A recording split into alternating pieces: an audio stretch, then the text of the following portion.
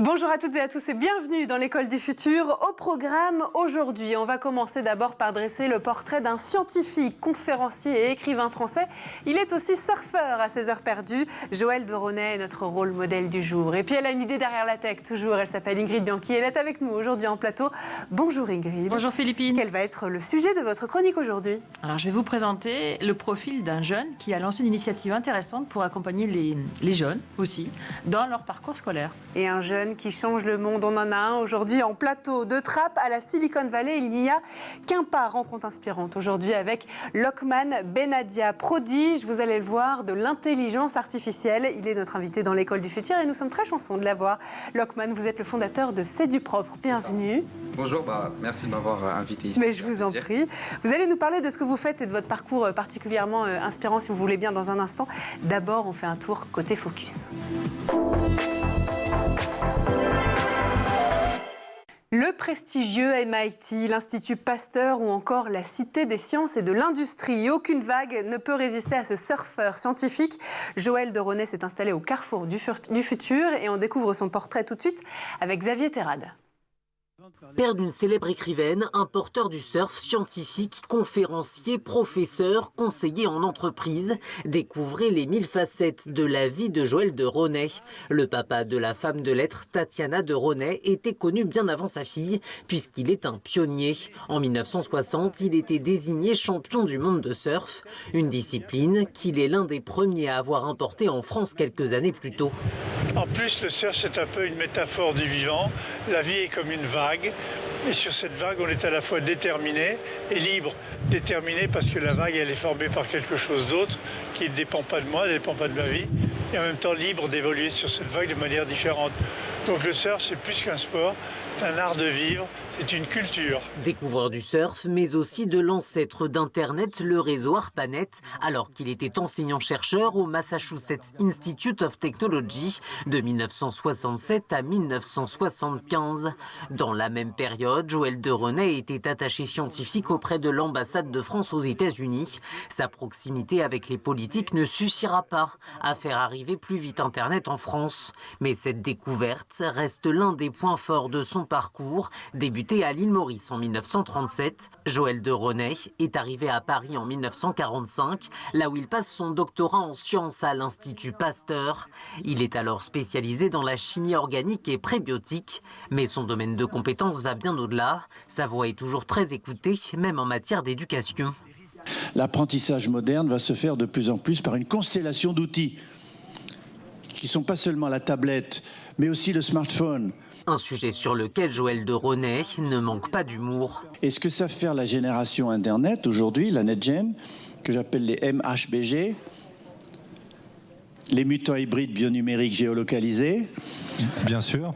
Ce qu'ils savent faire, c'est apprendre aux seniors que la transversalité, encore une fois, des apps, les applis pour parler un peu plus correctement, des logiciels classiques, des réseaux, des moteurs de recherche et du travail ensemble, crée une constellation qui catalyse l'apprentissage.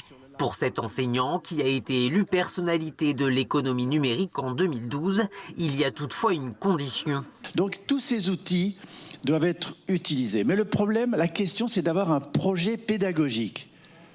Et ensuite, quand on a un projet pédagogique, c'est-à-dire un plan systémique, alors on cherche les outils adaptés. Ce scientifique aux allures de philosophe, à la fois tranchant et élégant, qui se revendique d'une approche systémique, a trouvé le savant cocktail pour rester concernant, toujours dans l'air du temps.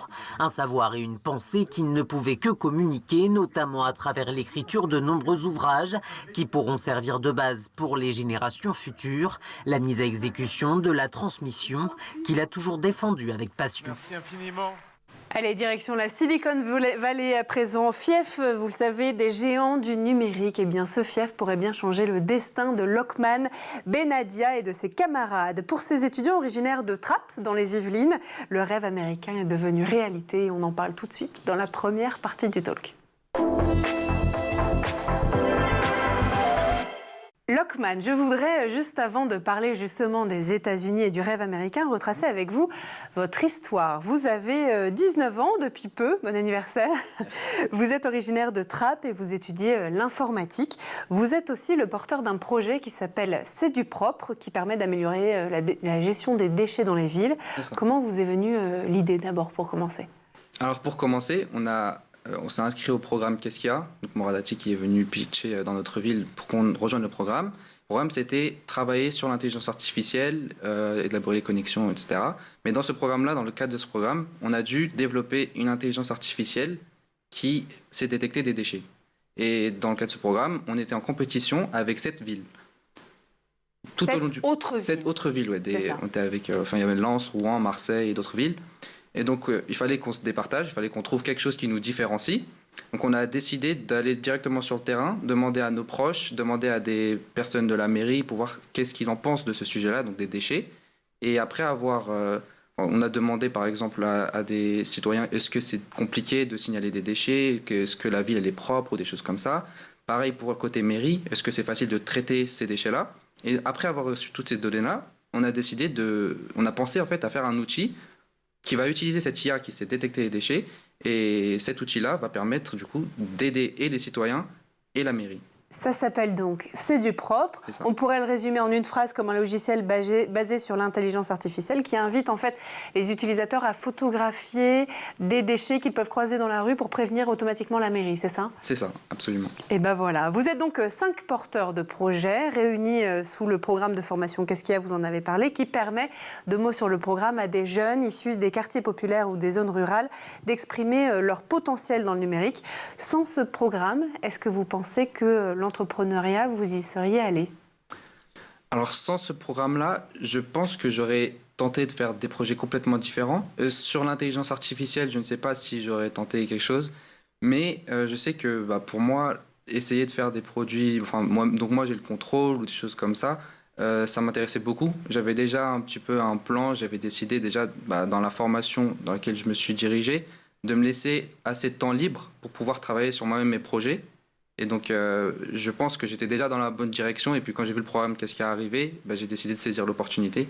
Donc, c'est comme ça que c'est arrivé. Mais c'était un peu ce que je voulais faire, en fait, on va dire. Déjà un profil d'entrepreneur dans l'âme. Qu'est-ce que vous vouliez faire avec ce projet à la base? Est-ce que c'était trouver une façon peut-être ludique de sensibiliser au fait qu'on est tous et toutes responsables, avant tout, qu'on a tous un rôle à jouer dans la préservation de l'environnement, Lokman? On avait pensé à plein de perspectives différentes, dont celle qui nous a vraiment donné l'idée d'utiliser une application où on prend un clic, une photo, c'est le fait que juste en se baladant dans la rue, on voit tout le monde sur son téléphone, avec son téléphone. Des fois on envoyait pour prendre des photos, des choses comme ça, et donc du coup on s'est dit, comme tout le monde a son téléphone et qu'il y a des déchets qui sont parfois par terre, un clic, on peut prendre une photo et signaler, et donc ça résout tous les problèmes. Et c'est pas compliqué. Alors, il y en a certains qui pourraient aussi vous dire, est-ce que vous ne pouvez pas, puisque les déchets sont devant vous, vous baisser, les ramasser et les mettre dans la poubelle? Effectivement.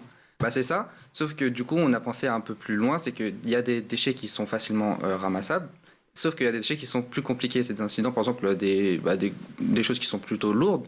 Et du coup, on ne va pas forcément prendre notre temps parce qu'on a quelque chose à faire, on a un trajet bien spécifique, on ne va pas le prendre et on ne sait même pas forcément où le mettre ou des choses comme ça. Ce n'est pas que des petits déchets, c'est des déchets même plus gros.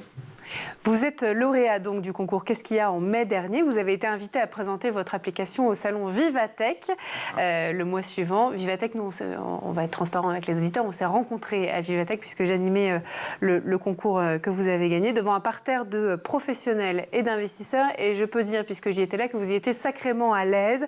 Qu'est-ce qui s'est passé sur place? Est-ce que vous pouvez nous raconter l'émulation que vous avez créée? Alors sur place, c'est indéniable le fait qu'il y avait une pression. C'est-à-dire que la première fois qu'on avait pitché, c'était devant nos parents, nos proches, etc. Là, c'est devant des professionnels directement. En plus, c'est loin de chez nous. On n'a pas l'habitude. C'est la première fois que j'allais à Vivatech. Il y avait des caméras, il y avait des professionnels. beaucoup de caméras. Donc, il y avait une certaine pression.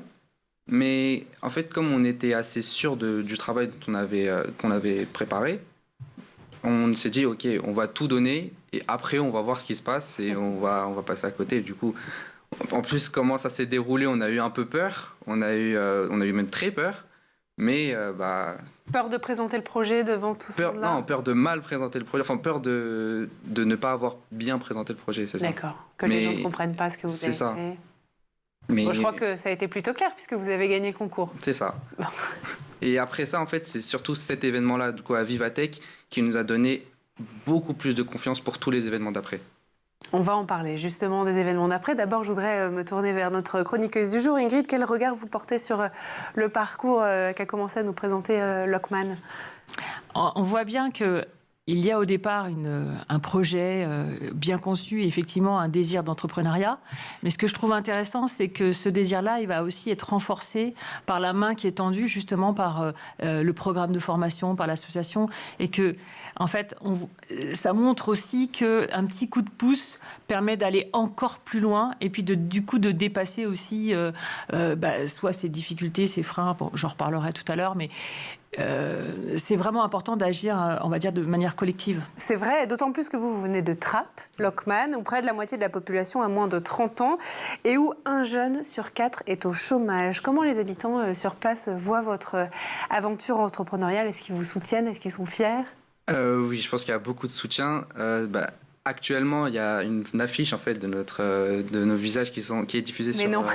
Elle est affichée du coup sur la façade de la mairie. Qu'est-ce que ça fait quand vous voyez moi, je trouve super drôle, surtout que je passe tous les jours par là. Et du coup, je la vois tout le temps et je dis, c'est moi. Je me rappelle directement l'événement.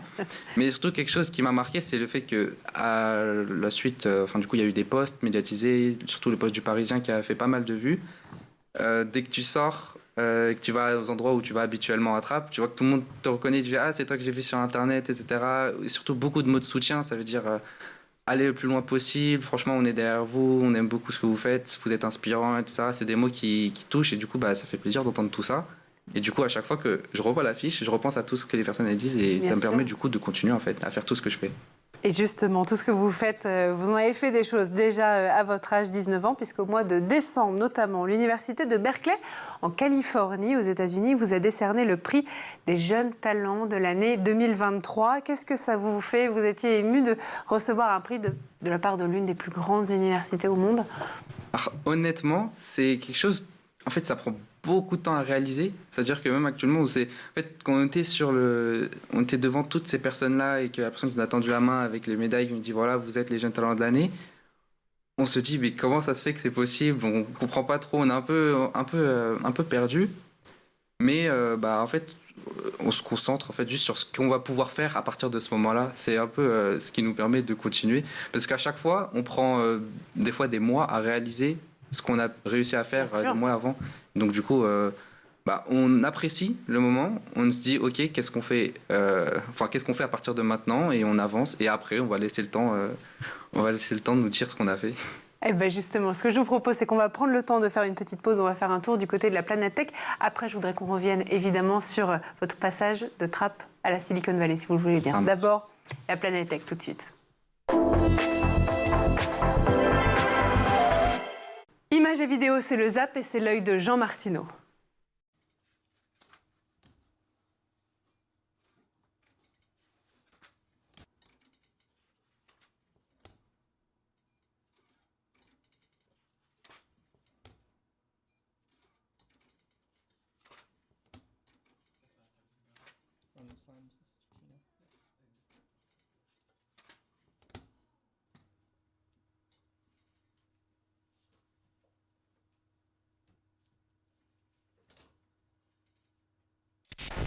And then just, do you want me to make it grab it? Around a little.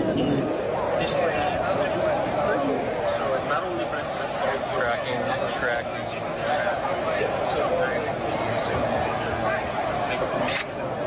Capture.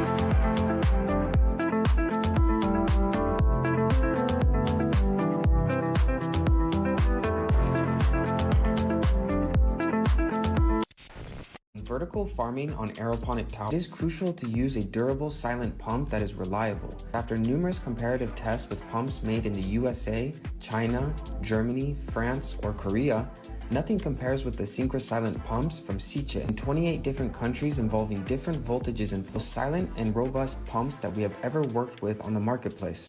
Et on est de retour toujours sur le plateau de l'École du Futur et en compagnie de notre invité Lokman Benadia, fondateur de C'est du propre. Mais juste avant de reprendre notre discussion, on va laisser place à la chronique d'Ingrid Bianchi qui a une idée derrière la tech.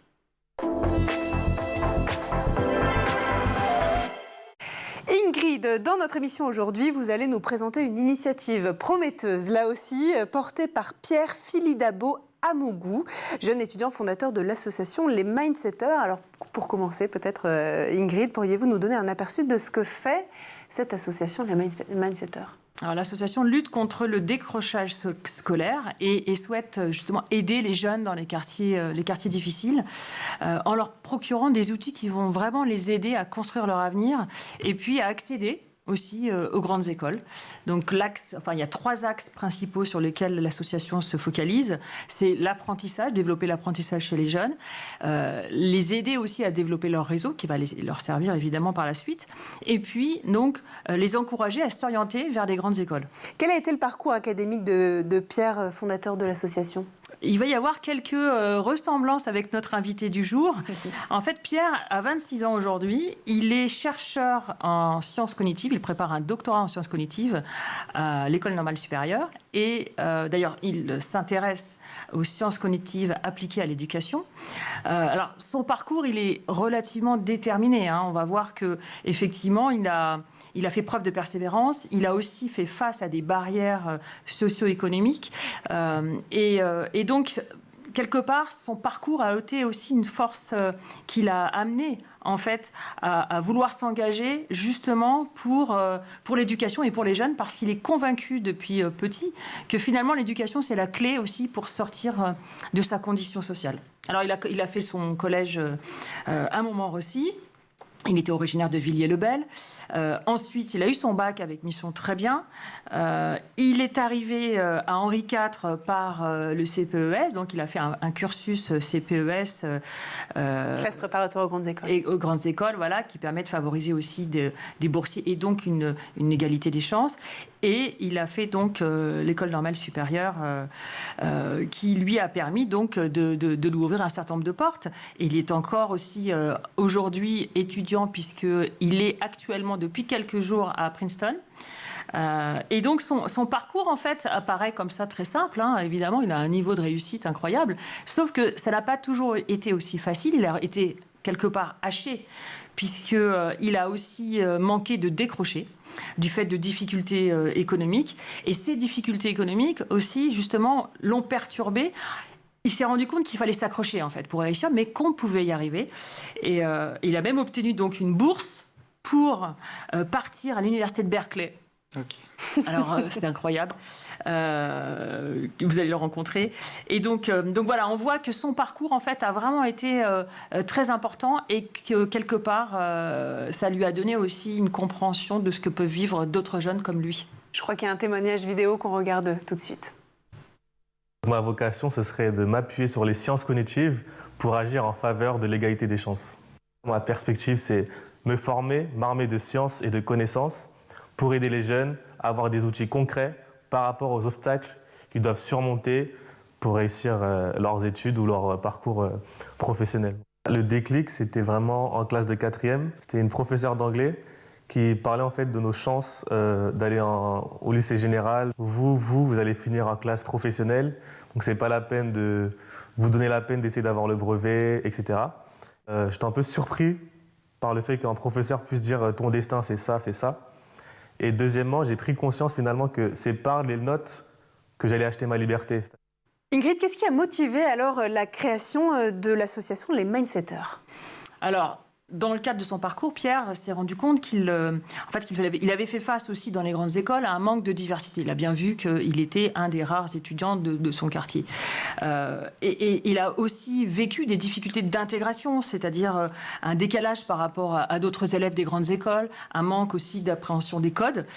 Et puis, lui-même s'est rendu compte aussi, il est convaincu que tout jeune peut avoir le potentiel d'évoluer et d'accéder aux grandes écoles et de construire un avenir successful, quelles que soient ses origines. Et donc, pour lui, c'est vraiment important, compte tenu de ce qu'il a vécu, de transmettre à d'autres jeunes et de pouvoir leur apporter ce que lui-même a compris et a acquis comme clé pour justement pouvoir réussir. Est-ce que vous pouvez nous expliquer comment les mindsetters abordent justement les défis liés à l'orientation des jeunes, notamment ceux issus de milieux modestes ? Alors l'association a décidé de travailler sur 2 axes clés qui sont en fait les freins pour les jeunes des milieux modestes, à savoir l'autocensure et également les freins psychologiques qui vont effectivement les limiter dans leur choix de carrière. Donc l'enjeu, c'est de pouvoir dépasser ce conditionnement social, d'être capable de développer son réseau justement pour ouvrir ses horizons et puis de se projeter, ça il insiste beaucoup là-dessus, c'est de se projeter à long terme, ne pas s'arrêter que sur du court terme, à savoir les difficultés qu'on peut avoir au quotidien. Et donc, il va travailler des compétences clés. Il va permettre aux étudiants, aux jeunes, de pouvoir se concentrer d'abord pour mieux apprendre, pas forcément plus apprendre, mais mieux et plus efficacement. Et également travailler la prise de parole, qui est très importante, on le voit, en public. Et puis l'acquisition des codes, les réseaux, développer son réseau, être capable, en fait, aussi de pouvoir bénéficier de références. Parce que ce qui manque souvent aux jeunes dans les quartiers, c'est que finalement, ils ont un manque d'ouverture et d'information qui va les limiter dans leur évolution académique et professionnelle. Alors j'ai envie de vous demander justement quelle forme prend cet accompagnement des jeunes ? Alors, ils ont mis en place, depuis déjà 2022, ils ont testé différents formats. Ils ont testé également des thématiques. Ils ont même fait des ateliers d'intelligence collective. Et aujourd'hui, ils ont mis en place, en fait, 2 types d'ateliers. Ce sont principalement donc, des ateliers mensuels, donc avec une grande régularité, auprès donc, de jeunes de lycée d'Île-de-France, avec des thèmes différents qui sont abordés, comme l'innovation, l'entrepreneuriat, les soft skills, l'efficacité dans l'apprentissage, mais aussi le financement des études, qui peut être une vraie question. Et à côté de ça, il y a des ateliers qui vont suivre au long cours des classes de lycée professionnel, notamment ce qui se fait actuellement à Garges-les-Gonesse, et qui permet d'avoir un suivi vraiment jusqu'à l'après-bac. Ça veut dire que ces jeunes, ils ont aussi des outils mis à leur disposition, c'est ça ? Tout le principe que le fondateur Pierre a voulu mettre en œuvre et qui est très innovant, je trouve, c'est d'intégrer les sciences cognitives comme un appui justement de toutes les interventions et des ateliers. C'est-à-dire qu'il va utiliser des exemples très concrets qui parlent aux jeunes. Il va parler de sport, il va parler de culture et il va permettre aussi de traiter ou de valoriser la question de l'échec. On le sait bien. Effectivement, l'échec, ça suppose de pouvoir être résilient, savoir rebondir. Et donc, il va insister sur la notion d'effort, de persévérance, en prenant, par exemple, des exemples de joueurs de foot.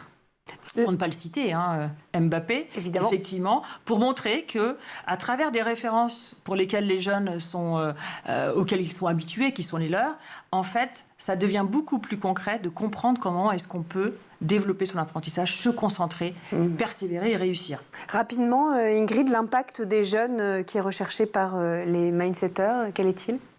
Très clairement, c'est aider les jeunes à trouver leur voie par une meilleure connaissance d'eux-mêmes et de leur fonctionnement grâce aux sciences cognitives. C'est également prendre confiance, de pouvoir aussi se projeter à beaucoup plus long terme pour voir à la fois haut, mais aussi beaucoup plus loin, et évidemment d'ouvrir à l'accès aux grandes écoles. Et c'est important. Lockman, vous voulez réagir ? C'est un parcours similaire au vôtre. Très similaire au mien, en fait. Il y a plein de... tous les points en fait, qui étaient cités, je vois un peu une ressemblance avec ce que j'ai vécu et ce que je fais actuellement. Donc c'est inspirant pour très vous. Inspirant, ouais, et c'est intéressant aussi. Ça me donne envie de me renseigner, de voir ce qu'il fait, etc., et de ce qu'il a fait, parce que voilà. Alors il est à Princeton pour l'instant. On a communiqué récemment, mais dans quelques mois effectivement. Et puis je vous donnerai ses coordonnées. Mais je pense qu'il y a des intérêts, des choses très intéressantes. Ça, et puis un vécu effectivement relativement proche. On va vous mettre en relation, je crois. Bon, on va continuer à parler des États-Unis tout de suite dans la deuxième partie du talk.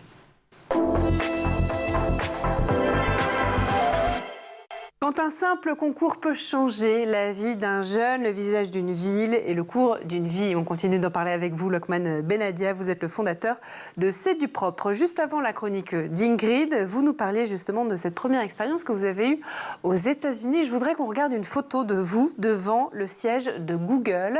Je crois que c'est dans les environs de San Francisco, vers Palo Alto, si je ne me trompe pas. Qu'est-ce qui s'est passé là ? En fait, On a été, toute une semaine, on était accueillis officiellement par le directeur exécutif du Fisher Center de l'Université de Berkeley. Donc c'est celui qui gère toute la partie data et IA.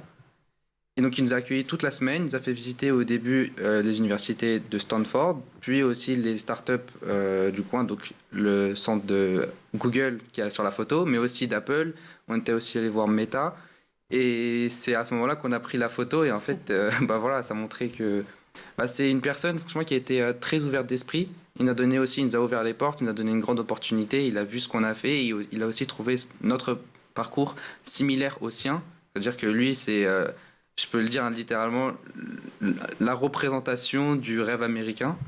Et donc il nous a dit, il trouvait notre projet super cool. Il a décidé aussi de nous inviter là-bas parce il trouvait en fait qu'on avait quelque chose en plus. On pouvait toucher une communauté qui était qui est assez compliquée à toucher, donc la communauté des banlieues. Et donc on a visité ces startups-là. Puis ensuite, on est allé dans les écoles directement de Berkeley. À Berkeley, et là, c'était plus rencontre avec des personnes. Donc on a rencontré le consul de San Francisco, le consul français de San Francisco. On a aussi rencontré le président de la chambre afro-américaine de San Francisco, la chambre de commerce, il s'appelle Dr Matthew. Donc on a parlé avec lui pendant plusieurs heures. On a parlé aussi avec des chercheurs et des directeurs enseignants à l'université de Berkeley. Vous avez vécu le rêve américain. Ouais, c'était ça. Et en fait, c'est tout compressé en une semaine. Donc c'était intense. Très intense, ouais. C'est ça. En plus avec le décalage horaire, le jet lag. Donc c'était complètement fou. En fait, c'était trop compliqué à imaginer ce qu'on vivait. En fait. Est-ce que ça vous a donné envie d'aller bosser chez Google, Facebook, Meta? Vous ont pas proposé un job? Non, ils ne sont pas proposé un job. Non, Par contre, encore. avec nous, notre idée, c'était d'aller forger du coup un partenariat avec l'université de Berkeley pour pouvoir lier un pont entre Trapp et la Silicon Valley. Et c'est actuellement ce qu'on est en train de faire. Donc, on est en train d'imaginer un système de formation pour essayer de former les jeunes qui sont au lycée ou en études supérieures, mais qui ne savent pas trop ce qu'ils veulent faire, ou bien même les moins jeunes, donc les personnes qui sont en reconversion professionnelle ou qui sont au chômage, pour leur donner la possibilité, donc en plus des ateliers d'initiation qu'on fait, la possibilité d'avoir un certificat de l'université de Berkeley. Et c'est quelque chose qui va changer complètement la carrière, parce que du coup, un certificat de l'université de Berkeley dans son CV, c'est très valorisé. C'est l'objectif de votre prochain voyage, je crois, dans quelques semaines seulement à Berkeley. C'est ça, dans quelques semaines, on va se retrouver à Berkeley. Ouais. On va rencontrer encore d'autres personnes, donc là, je ne sais pas ce que l'avenir nous prépare. Est-ce que cette expérience, elle vous a fait changer d'avis sur votre orientation, Lockman? Est-ce que sur le métier auquel vous vous prépariez initialement, vous nous disiez effectivement que vous avez eu votre bac, je crois, vous nous le disiez pendant la pause avec une mention très bien. Ça, ouais. Vous faites des études en informatique. Est-ce que en rejoignant votre école supérieure, vous vous disiez que l'intelligence artificielle, la technologie, c'était votre truc? Parce que là, c'est un nouveau métier quand même. Un nouveau métier. Vous êtes dans ce secteur-là, l'intelligence artificielle, de la technologie, du numérique, mais votre métier principal, ce qui vous anime aujourd'hui, c'est l'entrepreneuriat. C'est ça. Concrètement, quand on est parti aux États-Unis, toute notre vision, tout le mindset, il a changé. À partir du moment où on a mis les pieds là-bas, la première personne qu'on a rencontrée, on a compris qu'il y avait un monde différent en fait qui existait. Donc ça a brisé pas mal de barrières en fait au niveau de notre cerveau. Et donc quand je suis revenu, j'ai commencé à me dire ok, la formation dans laquelle je suis, est-ce que c'est vraiment ce que je devrais faire pour pouvoir survivre dans les années qui arrivent? Et surtout avec l'opportunité que j'ai un vrai impact dans lequel je peux être acteur dedans.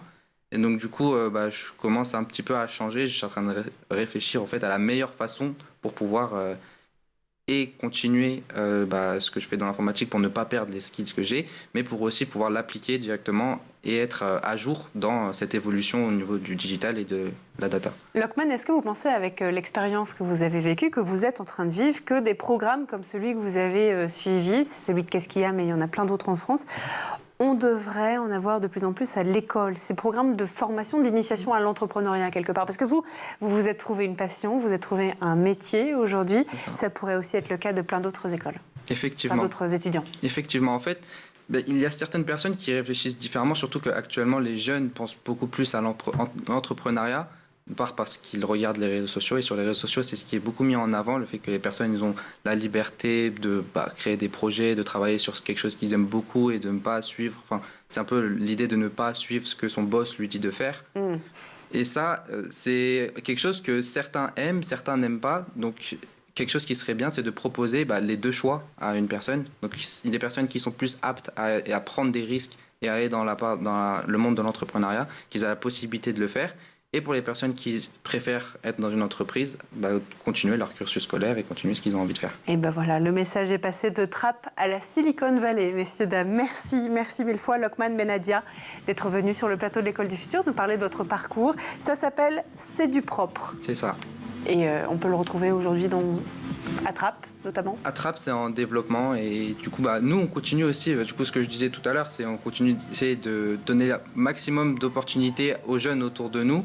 Avec l'association qu'on a créée, du coup, ça s'appelle Osmose et on permet de faire des ateliers pour donner cette opportunité aux jeunes entre nous et leur faire passer aussi tous les skills qu'on a appris, tous les soft skills qu'on a appris. Faire bouger Trappes et plein d'autres villes aussi en France et jusqu'aux États-Unis. Merci beaucoup en tout cas d'avoir été parmi nous, Lokman. C'était un plaisir, vous revenez quand vous voulez. Merci également pour la présentation de ce beau rôle modèle, aussi un deuxième dans l'émission, Ingrid Bianchi. Merci d'avoir été avec nous. Merci Pauline. Merci à vous de nous avoir suivis et puis nous on se retrouve dès demain dans l'École du Futur dès 12h30.